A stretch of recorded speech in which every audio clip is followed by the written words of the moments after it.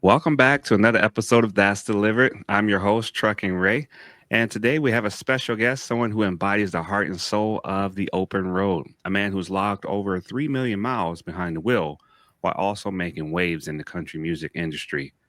He's the real deal. Truck driver, country singer, and storyteller, Tony Justice.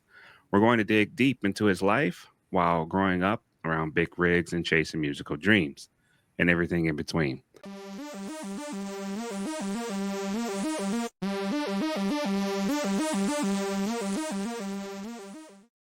Hey Tony, first of all, welcome to the show. How you doing? Hey, thanks for having me. I'm doing great. And good morning to you and all your viewers. Man, I'm so honored to have you here. I know you're a busy man, balancing life on the road and on stage. I appreciate your time here. Let's start with right from the beginning.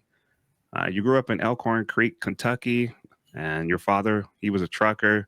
What was that like? What were some of the greatest memories of being around trucks and the lifestyle? Just looking back today at those memories, the greatest part is the memories. I had 3 brothers growing up and a sister and myself, so we had quite the clan. Dad had to keep us pretty busy, just to, I guess, probably keep us out of trouble. So we every weekend our chores was to work on the trucks. He worked in and out of the coal mines, so he would grease those trucks every weekend. He'd wash them every weekend, and a few times during the week. He was pretty particular about his trucks, but he would literally grease the trucks every weekend because when you're going out of coal mines, it's one of two things: it's either really bad muddy or it's really bad dusty. And so he stayed on top of his game with his truck, keeping that thing maintained and in good shape. So those trucks, they got a workout back in the day. I remember.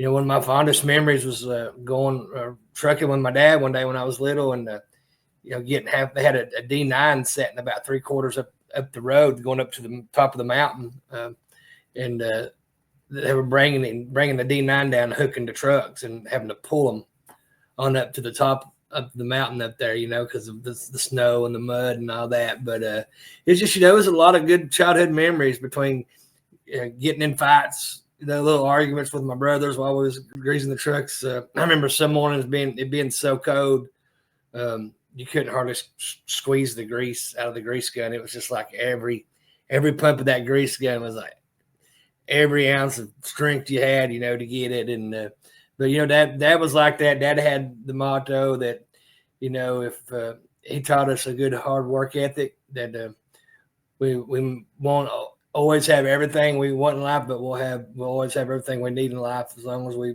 knew how to work and didn't mind to work. So that's kind of the way we was brought up, and just a lot of great memories of Eastern Kentucky in those times.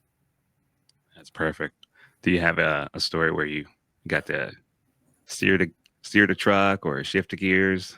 Yeah, I mean, I got everybody, pretty much the same typical anybody else story that grew up with a dad or grandfather or somebody in their family that trucked, sitting on his lap,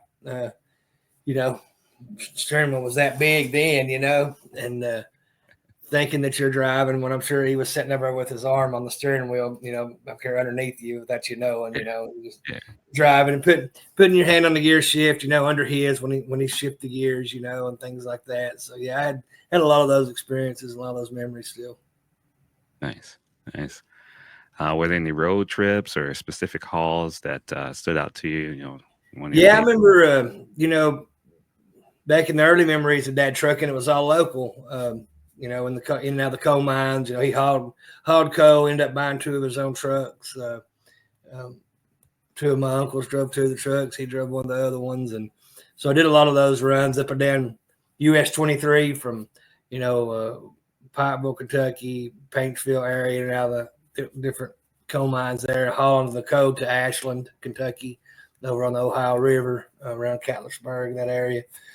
But then when we moved to Tennessee, Dad had a heart attack in '84, I think, and he loved it up here in Tennessee. We'd come up here on vacation, and Mom wanted to get him out from underneath that. The stress, coal business was really starting to decline, and in that time.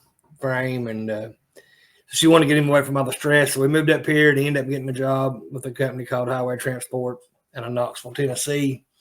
And so the first road trip over the road I went with him on, I was, I guess, probably 8th grade, something like that. And we went to Texas, and I was a huge Dallas Cowboys, Pittsburgh Steelers fan back in the Terry Bradshaw days, and Starbuck days. And I remember he went out of his way in Dallas to go to where we would go by the stadium and see the Dallas stadium. And I just thought that was the coolest thing in the world. I've never forgotten that.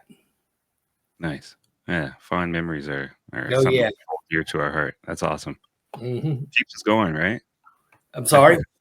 It keeps us going, right? Oh, yeah. Heck yeah, man. Yeah, I was thinking, also, you had music early on in your life. Your mom was in the gospel band, and you played bass guitar as about 7 years old. Is that right? Yeah. So, I tell people ask me all the time, what come first, music or trucking, and I always give the same answer from the very first time I was asked that question is I don't remember a time in my life where either one wasn't not a part of my life. And so, even though we started out early, early memories with Dad and the co-trucks, no matter what we were doing around the house, outside the house, there was always music playing.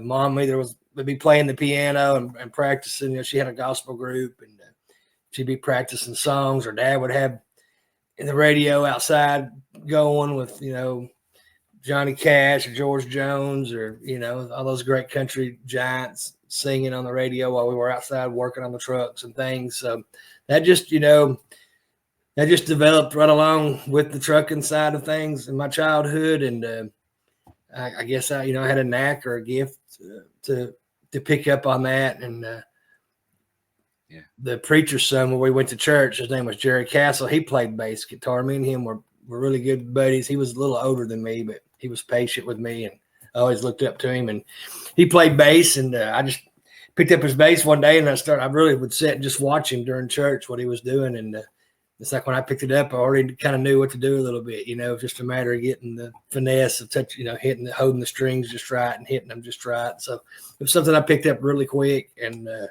and by the time I was 7, I would, wherever Mom would go with her and her gospel group, whatever church they were performing at that weekend, I played bass for them. So it's a good time. Nice.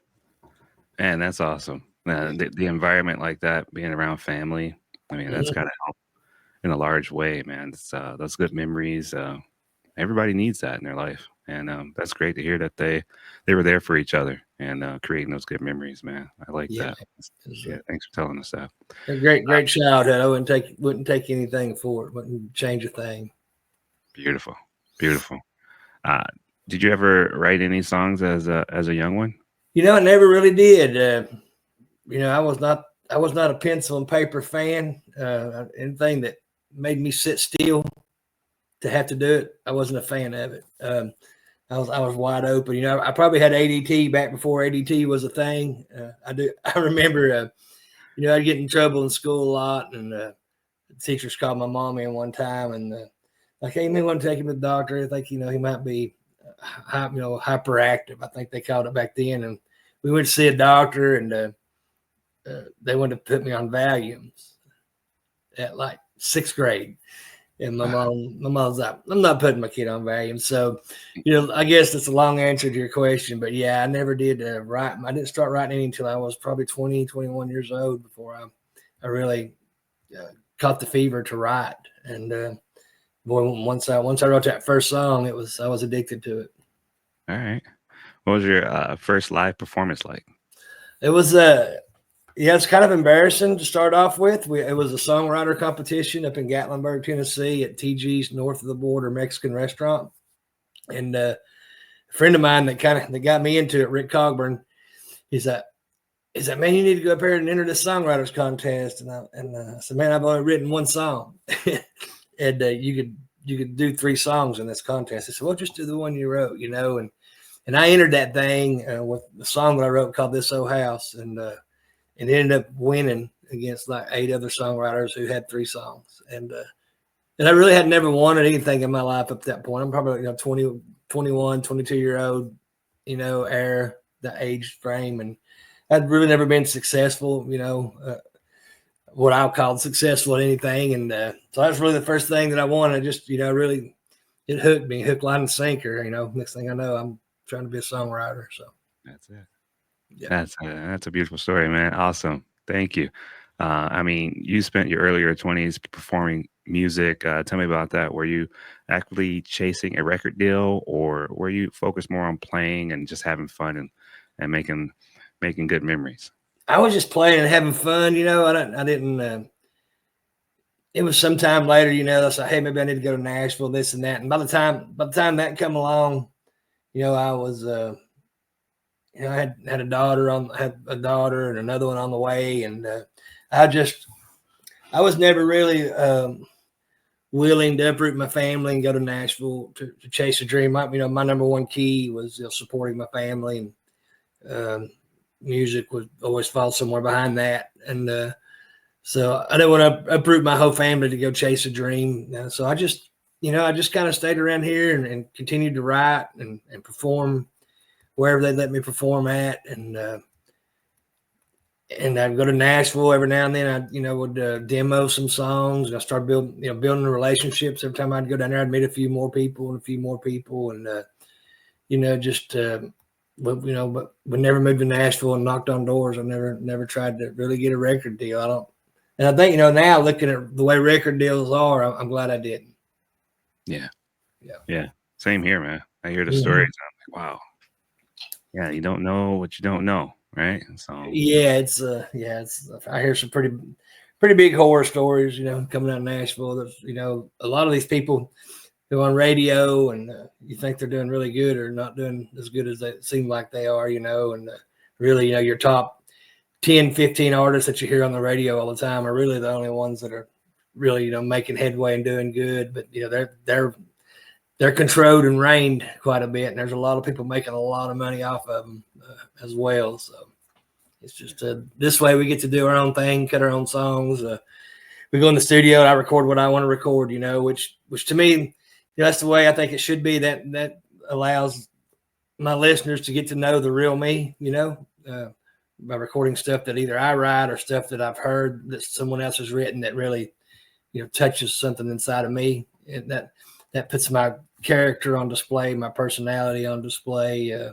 That's what's fair to the fans. That's the way it should be, I feel. Yeah, you're being blessed for that, man. I'm rooting for you to keep going down that road, man, because the authenticity is important. If you lose that, seems like you kind of lose a little piece of yourself. So staying true to yourself, man, that's a real deal right there. So music runs deep for you. How did you being on a big rig, and what was the biggest gig that you played earlier? Did you ever have a moment where you thought you were about to make it big or hit it big? I know music is something you want to get big on it, but you can't force it. But you had that moment maybe. When did that take place? I probably had 4 or 5 of those moments, 6 in my life, and man, I wouldn't take nothing for those moments, even though the outcome wasn't what I thought it would be. But everything's a stepping stone, and man, the last thing I want to do is get ahead of God in anything in life. I always want Him leading the way, and at the end of the day, He knows what's best for my family and me a lot more than I do. And so I don't pray for those type of things to happen or have number one or to get a big record deal. He knows the desires of my heart without me mentioning them, and we just work toward those things. And what's meant to be will happen, and what's not, there's a good reason that it's not meant to be. But we had some things back in the let's see, I want to say 2005, 6. I wrote a Christmas song called "Bring Daddy Home." Just really heartfelt Christmas song about this little boy who had written a letter to Santa, asking what he wanted for Christmas, and the little boy was I finished the letter, but his mom hadn't mailed it out yet. And the little boy comes home from school one day and he sees his mom in the kitchen crying, and she, he asked her why she's crying, and she proceeds to tell the little boy that his daddy won't be coming home for Christmas this year, and his dad was in Iraq. He was a soldier. And this little boy runs upstairs and he changes his letter to Santa. And anyway, I went to Nashville and demoed that song. And demos are demos. The productions aren't great on them, but it was a pretty good demo. And I give it to a friend of mine before I left town. And I hadn't even made it back home from Nashville. It's like a 3-hour drive from Nashville back to East Tennessee. And my phone rang, and there's a guy named Randy Boudreau on the phone. And I wasn't even familiar with his name, but he had written some really big songs like Alibis by Tracy Lawrence and a couple of really big major hits. And anyway, my friend had played him this song, and he heard it. And he goes, "I need you to come back to Nashville and record this song." And I said, "But I'm spending all my money on demo, and I ain't got the money to record the song." And he said, "I didn't say anything about no money." He said, "I want to produce this song on you." So we went back to Nashville and that's the first time I did a real recording, with a producer, and brought that thing back here to East Tennessee, and I gave it to a DJ friend of mine at WIVK in Knoxville, Tennessee. It's a huge country radio station in our area. Our cowboy friend Gunner, that was his name on the radio, my DJ buddy, and he played that thing, and the requests just started pouring in for it, and they ended up putting it on. He calls me, he goes, "Hey, your song made rotation." I'm like, "Oh, cool. What's that mean?" He goes, "Well, it's playing once every hour, or whatever, hour and a half, or once in 2 hours, whatever it was." And I was like, "Cool, that's awesome." I'm like, "Okay, this might be it. This might be the thing." And then he calls me back like the next day. He goes, "Dude, you're in upper rotation. You're getting more requests than anybody right now." And this was right during the Christmas period, from mid-November, that time frame leading into Christmas. And then Mike Hammond, which was the program director, he calls me and he goes, "What's your plans with this song? Do you have a record? You have a record label?" Or I'm like, "No, sir. I don't know. I just recorded it a couple of weeks ago. I don't know what to do with it." And he goes, "Well, you need to go to Nashville and get you a record deal." He said, "Record labels all over the country will send us songs like this, and once they perform like this and they get the kind of reporting back that we have for this song," he said, "that's when they put the big money behind it and they'll take that single nationwide." He said, "You need to go get a record deal." I'm like, "Okay, well, how do I do that?" And so I didn't, I didn't go down there and try to get the record deal and all that. And Christmas came and went, and you just start seeing the decline, going back down as far as your chances and this and that. But that opened so many other doors for me. That's really that song, "Bring Daddy Home," is what, with a little to my knowledge, did I know there was a huge icon in the country music business, songwriter, Country Music Hall of Fame songwriter by the name of Kim Williams, who lived up on top of Clinch Mountain, which is if you ever take 25E from Corbin down to exit 81 here in Tennessee, trucking, I know probably a lot of your listeners have ran that route. When you get to the top of Clinch Mountain, he lived right there, just up in the trees, a little higher than where that overlook is at. And he heard the song on IVK, and of course he was friends with everyone down there at IVK. Everybody knew who he was because of who he was. And Kim had written huge songs. I don't know how many Garth Brooks songs when Garth Brooks hit it big, and just had mega hits. Country Music Ain't Going Down Till the Sun Comes Up, for example, just one of them. Three Wooden Crosses, which is a multi-Grammy winning song across the board. And so, he had a lot of influence and could make calls for people. And so he called WIBK and said, who's that artist singing that Christmas song, that Bring Daddy Home song? And Mike told him, and said, who's he with? What label's with? Mike goes, he ain't got a label. He said, all I can tell you is Randy Boudreau produced the song for him. And he knew that Kim and Randy knew each other because they had co-written on a couple of pretty big songs. And so Kim Williams calls Randy Boudreau and goes, who is this kid you cut that Christmas song on, And And the very words that Kim said, Randy told him was, "There's this truck driver from East Tennessee down there." Said, and Kim Williams said, "Truck driver." And Randy said, "Yeah, he lives right there at the bottom of the hill from you, pretty much, over in Granger County." And man, it's just funny to think about how this ties together. But Kim said, "We should cut that trucking song that we wrote for Kenny Chesney." He said, "We got all the music, we got it tracked. If it's in the right key, maybe he could sing it right." So they had written a song for Kenny Chesney called "On the Road," and then Chesney decided he didn't want to cut it. He was wanting to cut a trucking song. They wrote a really good one, and then Chesney, for whatever reason, probably the label, telling him he couldn't. I don't know that for fact, but anyway, it's a pretty country song, so I figured that's the case. But so that song was just laying around in the dust, and it was recorded with all the music. So all I had to do was go and sing to it, like singing. I went to studios like singing karaoke. They sent me the lyrics. I learned the song and the melody line, and I went and recorded that. And then I brought that back to my DJ buddy at the same radio station. And long story short, he ended up.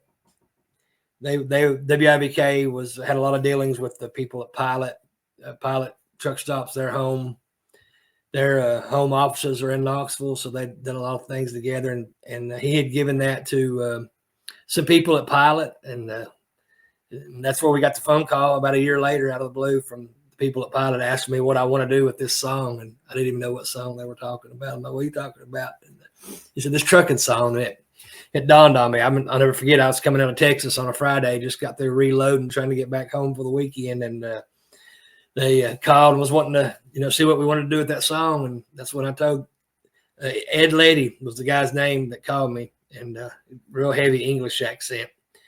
And he goes, what do you want to do with this song?" I was like, "Man, I've been around trucking all my life. I think the best trucking songs have been written already." I said, "But we've all heard them a million times. And I just think if somebody took the time to put some new stuff out there, it might be well accepted." And he said, "Well, go record an album. We'll put it in the stores and give it a shot." And that was in about 2011, I think. And then by mid 2012, we had CDs sitting in all the Pilots and Flying J's and across America, and it just kind of went from there. That's what's up. Wow, that's awesome. What a beautiful story. I mean, take a chance, and you hope that someone takes a chance with you. And there's a lot of people involved in that, and just you being yourself is what I feel like really sold it. And then how did you balance all of that? Driving truck, recording songs. I mean, it's quite the juggle, isn't it? It is. I mean, and family. Figured family in there. I have a large family. I have four children. I got 3 daughters and a son, and so we had all that going on. First of all, an amazing wife. That helped me with it. Misty is a godsend in my life, and she stepped in, and she would take care of the things I couldn't take care of while I was out trucking, making money. And she was working also, though. She was waiting tables at Cracker Barrel, and then she'd come home and work on that stuff and do all the other things involved in being a trucker's wife, home alone, with kids and things. And my mom was around to help out, as well. And just a lot of family support and God, and it was meant to be, because I don't think you can orchestrate that. Say, "Yeah, look what I did. We pulled that off." It just happened the way it happened, and it happened to work out. Yeah, timing's a lot, and the support is huge. So. Yeah, I mean, anytime you see anybody having, I don't care what amount of, what amount of success you want to call it. There's different levels of, of success. You have the Kenny Chesneys of the world, and Jelly Roll, and the big names, and you have, and the more independent artists, and you have, it's just, there's a lot of steps, and whatever step I'm on, or anybody's on, if they're having any kind of success, there's so many people that's responsible for that success that nobody ever hears their name or sees their faces. And we've just been blessed to have a whole bunch of people that's helped us along the way. And just, you just the type of things you look back and you just know, well, this was meant to be, or, there's no way it could have happened. Yeah, it's beautiful. A good community. Yeah, that's what I like to call it. Even here for myself, be able to be here with you. took a lot of people supporting me as well, so that we can make this interview happen. I'm really glad that we got to do this. So um, I think let's see, maybe there were some setbacks in the industry. How did you handle rejection, or did any of that come along too? Yeah, like with anything else, you have those. You have setbacks. You have your battles. You have a lot of days you feel like you're just wasting your time and other people's time, and you just want to quit. But I don't know. I mean, I've had the rough days. I've had entire great bands just out of the blue just quit. Everybody in the band just quit. And it took 4 or 5 years to build that. And you got to start that process all over again. That's happened to me 2 or 3 times in the course of 30 years. And that's those are always hard. You feel like throwing in the towel. You go through some personal things. I went through divorce. I went through 2 divorces actually, and the second divorce I got custody of my kids. So all of a sudden I'm this single dad. With the responsibility of 2 daughters, making sure they got what they need and taken care of. And that was about the era where the Christmas song come along, and I had to. So this is it. I've quit. I've had my fun. I've had my time. I've got my kids now. I got to refocus my on my effort to that, and I just completely quit with the music. I quit. I kept writing and doing things like that, but I stopped playing places. And going out and playing places, and I just really took my foot off the pedal, and it's so weird because that's when things started speeding up when I hit that, because it's my family. That's this music. It's fun and I love it, but it's really insignificant when it comes to family, and you need your family and everything. And I found out how insignificant it was. When Misty went through her breast cancer chapter, all of a sudden this didn't mean nothing. We just threw it all down and was there for her. But so it's man, we've had our challenges of blood, literal blood, sweat, and tears. I can give you accounts of all 3, but at the end of the day, for whatever reason, we just kept. We've motored on when we could motor on. When we couldn't, we sit and idled and waited until it was time to motor on. And it's always just kind of kept going for us. Nice. Yeah, good values make up a great person, man. I really appreciate that, you sharing that. Being vulnerable in those situations, and a lot of people don't see that side of it. They don't know what all goes into just being who you are. It's not just all about the fame and the glory. There's a lot of blood, sweat, and tears, like you said, that goes along with it. Even just in trucking. I mean, man, that's you can be a lone soldier in that, where nobody knows what you do in the middle of the night. I drive at night. Yeah. So that's good. All good things there to share. I appreciate that. At the same point, so you have a turning point that says, so picking it up, and did you go back to trucking and then go back to singing, or how were you able to maneuver those 2, or did you kind of was it all consistent throughout the time? Well, I mean, I went through a couple of jobs because of the music. We were playing some NASCAR. We were doing a lot of pre-race concerts in 99, 2000. We kind of got a little gig going there, and I had these NASCAR. I've always been a big racing fan, and so we got these little gigs that were paying pretty good, and plus I was getting free tickets to some pretty cool NASCAR races and getting to go to do what I love to do. And with the J. Howard events out of Charlotte, North Carolina, they did all the staging and stuff for entertainment trackside on the start finish line, for the stage where the drivers come up on for driver introductions and all that. And we were playing, like an hour-long concert leading up to driver introductions. So, we were doing those type of things. And, oh man, I lost my dog in the fight. Read that question again a little bit, because I was making a point with all that. Oh, no. Remember what you asked me?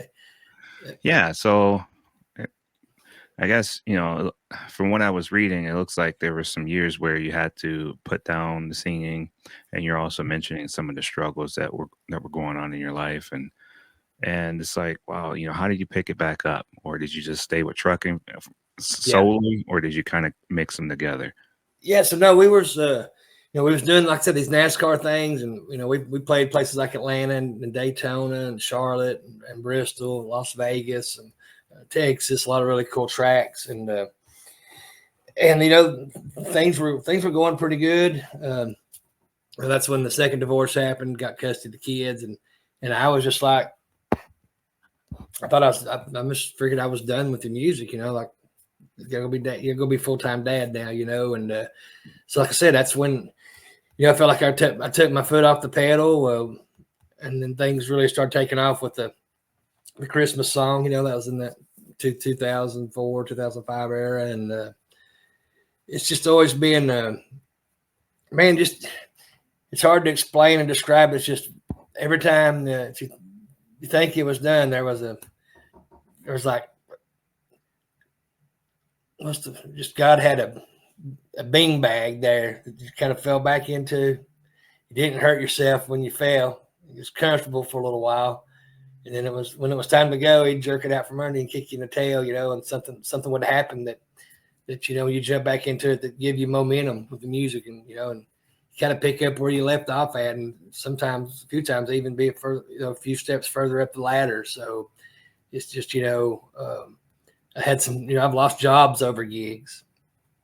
I have a big opportunity to go play Atlanta Motor Speedway, the 4th of July weekend. And I was driving for a company in Blaine, Tennessee, and I didn't take a load out that weekend. I said, I can't take a load. I'm gonna be down in Daytona, and I got fired. And so not long after that, I went to work for a company out of Greenville, Tennessee called ETI, Everhart Transportation, and the owner there and his wife he's old school kind of guy, and he grew up on those same old trucking songs that I did, and he's a big country music fan. And man, he just automatically, when he heard about what I did, he got behind it, and that allowed me to do so much. I mean, if I need to go record, go write, go make a video, go play a truck show, whatever it was, here. I mean, there was times he'd fill the truck up, and he said, go turn and grab an empty trailer and throw your merchandise in the back and go do that truck show. And, that's one of them people that God puts in your life. He made so much of this possible, and so it was just, man, it's just been kind of crazy to sit here and put all these memories together and make it make sense to people, how it's all unfolded. But when you get to where I'm at and you look back, it's not hard to see God's hand in every bit of it. Beautiful. Another beautiful story. All right. I love it, man. Your story. I mean, I don't know what else. This is true, Yeah, I love it, man. That's what people love to hear, all that stuff just falling together. Well, I think, that's one of the things that's really, I think, helped with our music, is it is real. And there's not a lot in this world that's real anymore, that's really authentic. You got all these reality shows, and they're popular and everything, but everybody knows it's all skidded. I mean, there's what's real at the end of the day. What can you talk about that you're attached to that's real? And I think that's what made so many of the drivers that heard my music and my story become supporters and fans of it, because they know I'm one of them. They know I'm out there in the trenches every day, just like they are. And on top of that, chasing a dream and putting a lot of work and effort and doing all this other stuff outside of that, and them knowing how hard it is just to be a full-time driver, full-time family guy. Wonder, well, how in the world is he doing this, and it all connected. And it's like they all want to see me do good because I'm one of them, and this thing's always been real. And I think that's 100% of what's kept it fueled and kept it moving forward for us. I can relate. I can totally relate. Yeah, for sure. Man, so thinking about this show that's coming up, I don't know if you want to speak on it, but Mid-America Truck Show. How did you get involved with that show, and then what it turned out to be what it is today? Oh, man, that's some pretty cool stories. I wish my wife was in here to share some of this with me. But, yeah, we went – I think the first year we went to Mid-American Truck Show, we just got – Pilot had just picked up the CD and was distributing it in their truck shows. We're like, well, people's got to know about this album. They ain't gonna know to buy it just because it's in the store. Don't mean they're gonna go buy it. So how do we promote it and let people know? And we didn't have a clue what we were doing. We booked a room like 60 miles or 40 miles away from the truck show because they were cheaper. And I'm definitely operating on a small budget back in those days. And we had a suitcase with wheels on it and a handle that pulled up. And we'd walk in that show on Thursday morning until the doors closed, and then Friday and then Saturday. And I don't know how many CDs, but the on the road CD. I mean, we'd go booth to booth and we just hand a CD and a card, shake a hand, and start building relationships. And then go made friends with the folks at OIDA. And then so the next year we did the same thing, but we got booked out in the Papa John's concert for a little concert on Saturday night, which was a lot of fun. But they always had the big concert on Friday night. So my wife, Misty, made it a go early on. She goes, I'm not stopping until you're in there on that big stage performing, And which, that happened finally about, I don't know, I think 2007, 18 or something like that. We got to open up.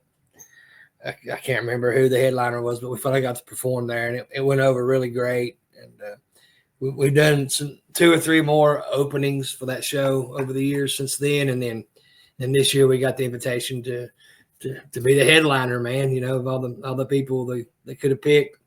We got the call, and so before we go in there and get to play about 6, 7 songs, and you got to get out of the way. And this year we get to go in there and play our whole show. So we're pretty excited about it. That's amazing.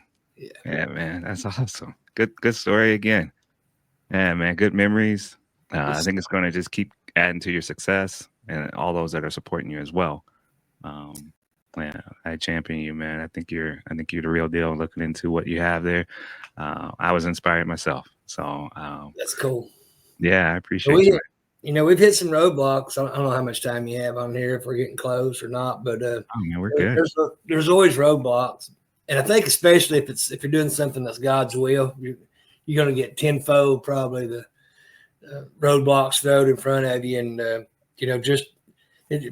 case in point, it was about a little over a year ago. Most people knew my mom. Everybody called her Mama J. I never known a woman called Mama by so many different people as my mom was, but she would go to all the shows with us back when she was healthy, and everybody loved Mama J. And she fell on some health issues, and back, not this past Thanksgiving, but Thanksgiving of 2024, she got COVID or caught COVID, and before that she was early stage dementia and things like that.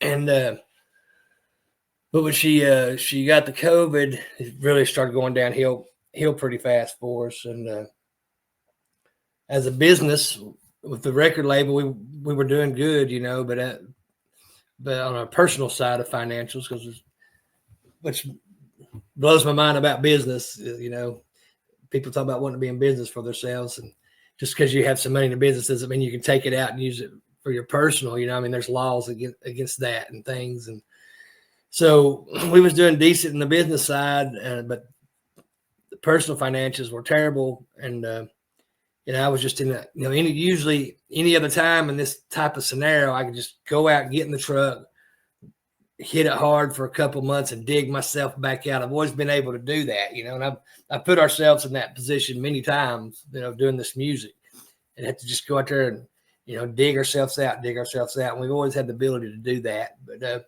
this particular time, mom had gotten in such bad shape that I couldn't just go out and do that and leave her here with my wife. It was too much for her by herself or any one person, the care that she was needing. And man, we was dangling, by fingertip, hanging on to the edge of the cliff, and I told my wife, I said, we're just going to have to lay off the music, just go back to get this figured out and get back to working full time and doing the music part time or just when we can. And and then just out of the blue right there at the last minute, I get this phone call from the folks at Bennett. Let me back up just a little bit. While we're in that corner, I was still working at ETI, and I get a phone call from my boss lady, and she goes, and she's almost in tears. I'm like, what's wrong, Lisa? And she goes, hey, we love you and we believe in you. Because at this time they were sponsoring my outgoing fuel in the bus for the shows, and they were keeping my insurance going. It's like I was a driver there, even though I wasn't driving that much. And so the insurance people come in and audited them, and Lisa was in the office. She was dealing with some cancer deals with her dad. And so Lisa would be pretty good about sweeping certain things under the rug, And so a few things didn't get swept under the rugs, and the insurance people come across my file, and first thing they ask is, why are we covering this guy? He hasn't been on the payroll in 5 months. Yeah. And the girls that were there told him, well, he's this Tony and this, and we sponsor him. And he goes, that's cool, but we can't cover him. So in the middle of, dangling off that cliff, I get that call that we didn't have insurance anymore, and of course with Misty being a breast cancer survivor and patient and all that, insurance is something that's very, needed. And I was like, oh, this is the final blow, and then out of the blue, at this time we just put the Greatest Shifts album out, and Bennett had sponsored that album, and which is a trucking company out of southern Georgia, down there in McDonough, Georgia. And Lisa, my boss, goes, Tony, well, can't Bennett do something for you? They're they're so much more of a bigger company than we are. And I told her, I was like, and it had been made known that there was an offer there at Bennett if I decided I wanted to do that. And they've been trying to get me to come to Bennett for about a year and a half. And I would tell them no because of my loyalty to ETI. I told you earlier, how much they done for me. If it wasn't for them, Bennett wouldn't know who I was to even want me to come work for them, and help promote their brand. And I told her, I said, there's been a deal out there, Lisa. I said, but I won't take it. And she said, why not? And I said, well, if it wasn't for you and Klein, none of this would be happening. And my loyalty is with you. And that's the way it always will be. And she said, Tony, honey, we hadn't been helping you all this time to keep you bottled up here. We've been helping you to hopefully see you grow. And if Klein, her husband, if Klein knew you had an offer and you didn't take it and it would better your life and would help you reach your goals better, he will kick your ASS, he said, And so that's when the deal with Bennett come along, right in the clutch of we were done. Our goose was cooked, and that happened. And, I made the phone call to David Lowry with Bennett, and I'm like, hey, man, I wouldn't have normally done this. I said, but I've got the blessings from ETI, my boss man, lady, to talk to you about what you guys have in mind, wanting to do. And then we cut this deal with Bennett, and life got better. I got a good little salary I get every week, and a certain amount of sponsorship that goes to my label every month. And it's been a big blessing. It's just that group of people, like I was telling you earlier, man, when you're having success, there's so many people that's responsible for it that nobody sees or meets them or sees who they are. And like I said, we've been blessed with a ton of those, and God's always put it on the people's hearts at the right time to do stuff like that for us. Wow. Another beautiful story. That is amazing. That was pulling on me, man. You put me right there. It's all real, man. It's all true stories and struggles, and everybody goes through struggles, no matter what you are in life. I had struggles on the trucking side of things. You have struggles. It's doing what you're doing right now. I'm sure when you get done here, you got to probably hurry up and go get ready for a load or do something, catch up on some logs or something you got to do. That you're putting off, and a lot of sacrifices to be made. So it's anything worth pursuing in life is always going to have its challenges. Yeah. I could cut it out if you want, but do you want to share about your podcast venture? Well, yeah, sure. It's it's called. I think Charlie cut me off guard on that one. I think we're going to be airing the first episode. It's called The Road Show, with Tony Justice and friends. I think we're going to have 10 or 12 shows this year. We're not going to go for every month for the first year. We got them all pre-recorded over the winter. I think we're going to start airing them next month. So pretty excited about it, man. We got some killer guests. We got Aaron Tippin. We got Ruby Lee from The Voice. Lisa from Ice Road Truckers is one of our guests, man. She was really cool to have on there. And got the NASCAR hauler driver for Austin Hill, Richard Childress Racing, Austin Hill, the driver, and just a really bunch of cool guests. We talk all about NASCAR, country music, and trucking, and those are three things that I love. So it's a lot of fun. I hope everybody can tune in. It'll be on my YouTube channel at the Tony Justice. If y'all hadn't went there and subscribed yet, do so. And we just released the first episode of the remaking of Purgatory. You know, we're doing a complete makeover on my truck. Hoping to get it done by Matt. So we're going to do a reveal at the Bennett booth there, the Bennett Family of Companies booth at the Mid-American Truck Show. And so we're a lot of stuff going on, a lot of stuff happening on my YouTube channel for people to go check out. So get some pretty good content on there. Heck yeah. That's amazing. Yeah. All right, man. Yeah, I got to check out yeah, man, that's a blessing. Yeah. Man, I got to check out some of your videos on Facebook, that you put out too. So putting your face out there, and like you said, this industry is either, all or nothing. So the support you get keeps you going. Absolutely, man. We've been blessed with so many people. Yeah, that's going to be great. I think the podcast is going to be a hit. That's going to be great, man. We'll see, man. I don't know how I did, but it's we got some learning to do, but I think it'll grow, and we'll see how it does. For sure. Yeah, you don't know until you try. That's kind of my philosophy, and so that's what we did. And we didn't get too many sponsors for it, but we got enough to kind of cover what it cost us to do the first go around. So we haven't lost any money on the deal. So there you go. Good start.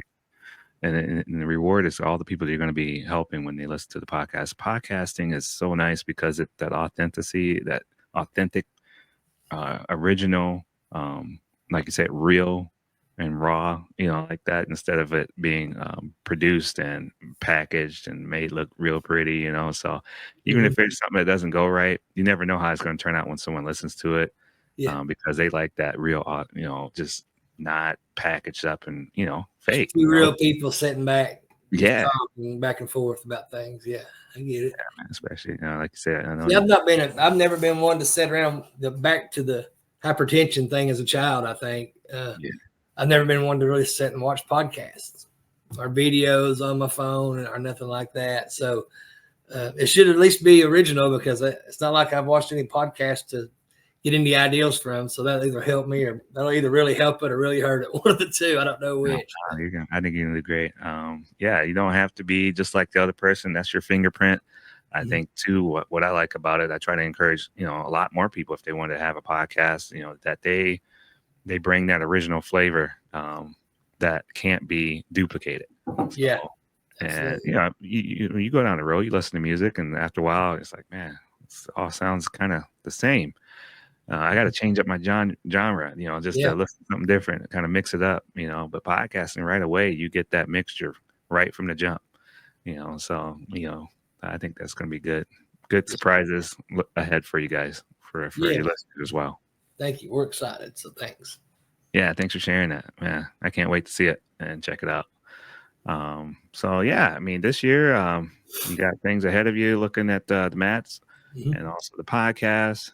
You got family. You got a lot of reasons to be blessed and thankful for what God gives us, right? Yeah, absolutely, buddy. Absolutely. Every day.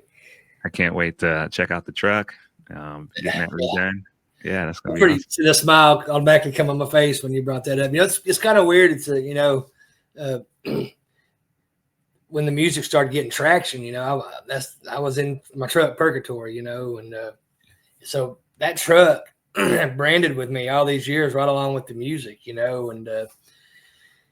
it's kind of like not the same level of success, but comparable to when I started doing this deal with Bennett, like, we got to bring Purgatory. Purgatory's got to come part of the deal. That was the ETI truck, and I just, it's a company truck, and I've just been driving it all these years, and taking care of it, and I treated it like it's mine, and so it's kind of like the Duke boys without the General Lee.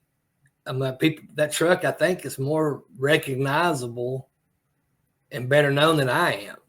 I mean, honestly. And it was funny because we were having a meeting at Bennett, and we're walking into a restaurant in McDonough, Georgia, which I've never lived there a day in my life. And this guy comes walking out of this restaurant. He goes, "Tony Justice." I'm like, "Yeah, what's up?" He goes, "Hey, man, I know you loved your music, this and that." And I'm with all the Bennett people, and we're having this conversation about Purgatory. And the first thing he asked me after we say hi and all the pleasantries, he goes, "Is Purgatory here?" And that was like the icing on the cake. They're like, okay, we probably need to bring this truck with Tony when he comes down here, And so, we've been lucky over the years to build a lot of relationships. So Purgatory's got a lot of miles on her, man. It's 2006 model, and she's needing some TLC. And throughout the years of driving her and making relationships, building relationships with people, it just the topic come up about doing a remaking of Purgatory. And I started talking to some people, and first thing I know, I'll do the stretch on it, man. I'll sponsor that. And then the folks was at a truck show one night, and the folks from Talladega Fiberglass were hanging out with us, and we're talking about it. And like, man, we'll do the fenders and box in the frame and do your fuel tank panels and man, T-bars and things like that. You can get it down there to us. So we've got some great sponsors. Bennett being number one for buying the truck, and then C&W Repair for doing the stretch. We have Talladega Fiberglass, put all the goodies on it. Trucks, lights, give me over 381 lights that we're going to be, dual revolution that we're going to be putting in it. And we got Mayberry Chrome Shop, my buddy over there, Mr. Carpenter, and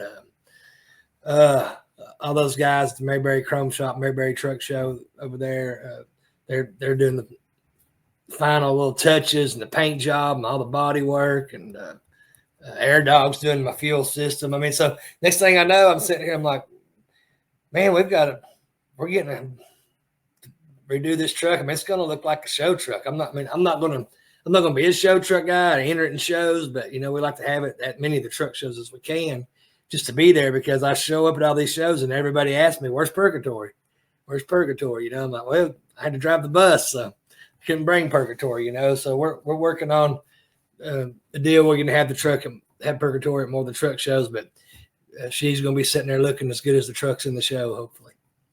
That's cool, dude. I mean, Yeah. even the name, I love the name.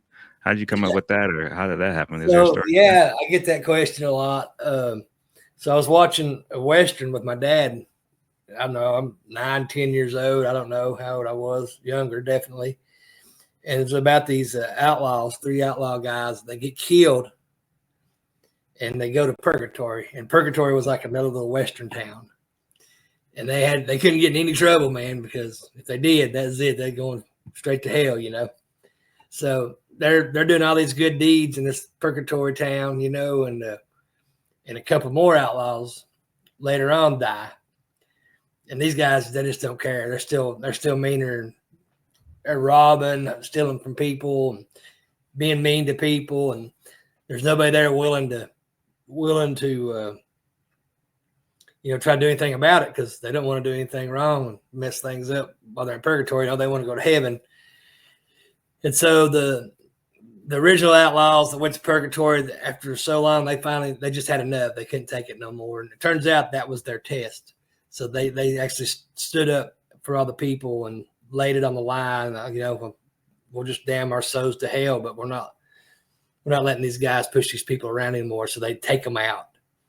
And that's what actually got them into heaven, was because they did that, And so I just thought about that movie and the meaning of Purgatory. And I'm like, trucking's kind of, somewhere between heaven and hell. It's heaven some days, and other days just pure hell. And,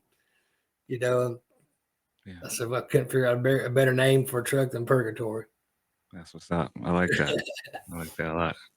Yeah, because when you're out there driving, man, you see some things happen. Yeah. You're like, wow, if I didn't take this job serious, even on that note, just on a safety note, yeah, you can really hurt people out there. So man, take your job serious. Yeah. Yeah, it's the craziest job in the world, man. You can be out there riding along the prettiest bluebird sky day, everything going your way, the world's perfect, to your world's upside down, and just in a blink of an eye, the whole world being turned upside down, Yeah, for sure. I know people it's happened to, and it's a risky occupation, man. It's every second of it. It's a huge risk, I mean, and even when it's not, when these accidents happen, a lot of times it's not these drivers' fault. It's still, they still find a way to make it your fault, even if it's right. Okay, the driver didn't mess up. He was legal. He's doing everything right. Well, let's rip this truck apart and see what was wrong with it that could have caused the accident. Or the company. Oh, okay. Well, the truck's good. There's nothing wrong with it. Well, let's go to the company. Did they watch this mandatory 15-minute DVD that cost $800 that tells them all stuff that they already know, but it's mandatory that they buy that and watch it and sign this sheet of paper. I mean, those lawyers just keep digging until they find something, man. And it's a risky business. I've told people, I've always, had the desire to be an owner operator, but I'm not a great mechanic. I'm just kind of I can do little things, I can service a truck. I can service one and, do some ins and outs. If a motor needs to come out, if you need to pull heads or change a transmission, I've never been that caliber of a mechanic, nor do I have a shop or the tools to do that with. So I've always been afraid to take that leap and buy a truck, because if anything like that happens, I'm going to have to pay to have that fixed. And I know you're working with some pretty tight margins as owner operators, especially these days. And I knew that if I had to pay for that kind of stuff, that I probably wouldn't make it. But it's just risky, and even if you can do all those things, and you got to have one bad little incident, it's not even your fault. You have no control over it. Then you have all this litigation to come at you, and insurance claims and lawyer fees, and it's you have to definitely be genuinely passionate about this industry to do it and to keep doing it and to stay at it, because it's not a lot of money in it like it used to be, and the risks are even higher than they used to be, especially with traffic volume the way it is now versus back when I started in 2000. I mean, back in 2000, I always liked to run at nights, 7 p.m. to 7 a.m. kind of guy when I trucked. And you would hardly see no four-wheelers on the road at night. You just see trucks, car every now and then. And now it's, 45% more traffic at nights than there was back then, or 50. There's cars 24 hours a day, 7 days a week. And it's crazy. It's costing more to do it, and the risks are increasing. It's all at the same time. My hat's off to all the guys and gals out there that keep doing it day in and day out, because I'd hate to know what happened to this world if it wasn't for those folks. Right. Yeah. Yeah. You hit the nail on the head. So, so speaking of healthcare too, you add that in there. Just trying to take care of your health. Just running the business alone, especially small business these days, small business don't ever get a tax break. I never known small business to get a tax break, It's crazy. Sure, I can cut it out or not, but you say hurt your leg? Yeah, I broke my leg. So went fishing, me and my son. So me and my son have had it on our bucket list to go to Florida and fish for those Florida strain bass, go down there and do some wild shiner fishing the months of January and February, when they're getting ready for their spawn and really feeding up. And me and him have been fishing together since he was big enough to walk. And so finally got the chance this year to go do that. And lo and behold, I broke my leg while we were down there in the boat. We both had a rod apiece with some live bait on it, and I baited up a third rod just to kind of throw out, just to increase our odds, have an extra bow out there. And I thought I'd push the button that lets the line pull off the reel when you cast it, so that way if something hit it, it would just take line. Well, I didn't, and it was just kind of sitting up there by itself. And I get up in the back of the bass boat, and I hear a noise, and I turn around, and that rod is going out of the boat, and it's actually in the water except for about that much of it, and then the reel's hung on the only thing that saved it was the reel caught on the side of the boat. Kind of hung up on it. Mm-hmm. And this is a rod that my wife bought me last year for my birthday, made by All Star Rods. It's a really big. I use it for throwing a rig, and this is like almost a $300 rod, and it's probably got another $250 $40 reel on it. That's $600 outfit about to go in the lake. So I just turned and ran. I just, made it go for the rod. And in between the passenger seat and the driver's seat, when you come off the deck, there's a step there. And then you step down from there to the main floor of the boat. And my son has a little portable radio that he keeps in the boat, and he Bluetooths music, listens to a little music, and he keeps it on that first step, pushed all the way to the back, and you still have that much step on. But in my haste, I stepped on that radio, and it rode out from under my feet, and I come down on my left foot in the boat with all my weight. Couldn't get my right foot down to take any of the weight off of it, and rode it backwards, and then somehow fell forward, put my hand out, and stuck a big hook through my hand. It's healing up pretty nice. But yeah, the process of all that, we did save the pole. We did catch the fish. Yeah. And I was in the floor with a topwater mouse lure about that big stuck in my hand and a broke leg, and laughing and reeling in pain all at the same time, because we always do something stupid when we're fishing together. We always make a great memory, get to laugh at each other for something stupid every time. And that day was my turn to do something stupid. It just ended up, it was a broke leg. Oh man. I hope the healing process goes well and you can just keep celebrating it. That victory, man, getting the pole and the fish and the memory. So sometimes Lord get the losses, right? Yeah, man. Sometimes the Lord's got to slow us down a little bit, and if we ain't smart enough to figure that out ourselves, he'll kind of do that. So it's really allowed me to get some things done that I probably wouldn't have done, because I really can't really do a whole lot of anything else. So get some things done that I usually put off. So everything happens for a reason. I'm sure you're going to make the best of it. You're a champion through and through. So, man, this has been an honor to be able to have you on and talk about mats, and talk about the memories and the struggles, that everybody goes through. Not just no one's exempt, and showing that you have that passion, that grit to keep pushing through. I mean, staying true to who you are. And I know God plays a big part in your life, so that's good for everyone to know that we can lean upon Him. So, man, I really thank you for being part of my show as well, coming on and telling your story. I champion all my guests because their stories is what makes it all possible. So I really appreciate you having me here. So to wrap it up, before you go, where can folks find your music, some of the good things that you're doing? Do you mind letting the listeners know? Right. Yeah, so we've been on good old Facebook forever. That's my go-to, so you can find us there, Tony Justice Music Band page. Just search. It's the Star Stripes and White Lines logo that'll pop up. We're on Twitter, The Tony Justice, YouTube, The Tony Justice, Instagram. My website's TonyJusticeMusic.com. Pretty much keep up with everything I'm doing there. If you're not a social media person, we post our concert schedules and videos there. I think we even put the Large Cars and Guitars Truck Show link. When you register your truck for the show, it actually takes you to our Tony Justice Music website. And so you can register your truck for the shows, check out all of our other stuff on the website as well. So it's just look around. We're out there, and all the music's on all the streaming platforms. So Pandora, Spotify, all that good stuff. So check it out. That's awesome. That's good, man. That's what's up. So so for all the listeners, check out Tony Justice. He's got a lot to share, a lot of great songs, and a lot of good memories to make for the future coming up here. So be on the lookout for Tony Justice and his crew. So again, thank you for coming on. And for all the truckers out there who keep the wheels turning, always stay safe on the road.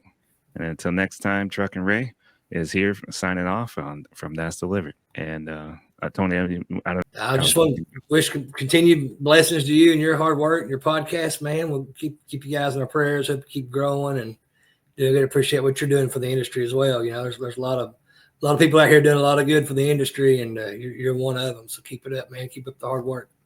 Oh, man. Wow. That's what's up. I love that. Thank you.